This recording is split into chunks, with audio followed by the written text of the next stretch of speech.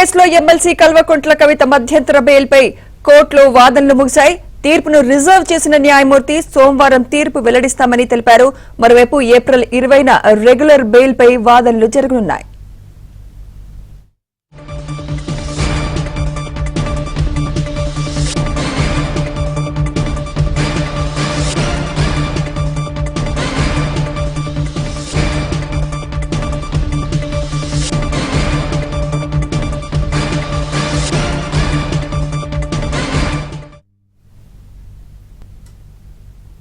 కవిత మధ్యంతర బెయిల్పై కోర్టులో ఇవాళ వాదనలు జరిగాయి. కవితకు బెయిల్ ఇవ్వొద్దని ఈ సందర్భంగా ఈడీ కోర్టును కోరింది. ఆమెకు బెయిల్ ఇస్తే సాక్షులను ప్రభావితం చేస్తారని కీలక ఆధారాలను ఈడీ అధికారులు జడ్జికి సమర్పించారు. అప్రూవర్ గా మారిన వ్యక్తిని కవిత బెదిరించారని, వ్యతిరేకంగా సాక్ష్యం చెప్పొద్దని వార్నింగ్ ఇచ్చారని ఈడీ పేర్కొంది.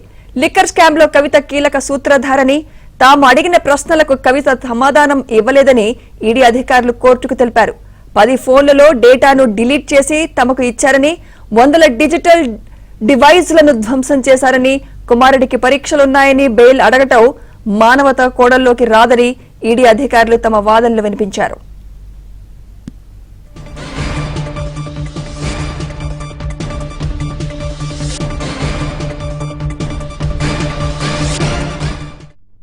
ఇదే అంశంపై మరింత సమాచారం మా ఢిల్లీ కరెస్పాండెంట్ సతీష్ అందిస్తారు. సతీష్, సుమిత్ర, ఢిల్లీ లిక్కర్ కేసుకు సంబంధించి మధ్యంతర బెయిల్ పిటిషన్ పైన రెవెన్యూ కోర్టులో కవిత పిటిషన్ దాఖలు చేసిన ఆ పిటిషన్ పైన దాదాపు 2 గంటల పాటు సుదీర్ఘంగా వాదనలు కొనసాగాయి. వీటి వాదనలో ఈడీకి సంబంధించిన న్యాయవాదులు ప్రధానంగా అనేక వాదనలు వినిపించారు. దినేష్ అరూర్ అప్రూవర్ మారాక అన్ని విషయాలు కూడా చెప్పారని అరుణ్ రామచంద్ర పిల్లై దాదాపు 9 స్టేట్మెంట్ రికార్డు చేస్తే ఒక స్టేట్మెంట్ ను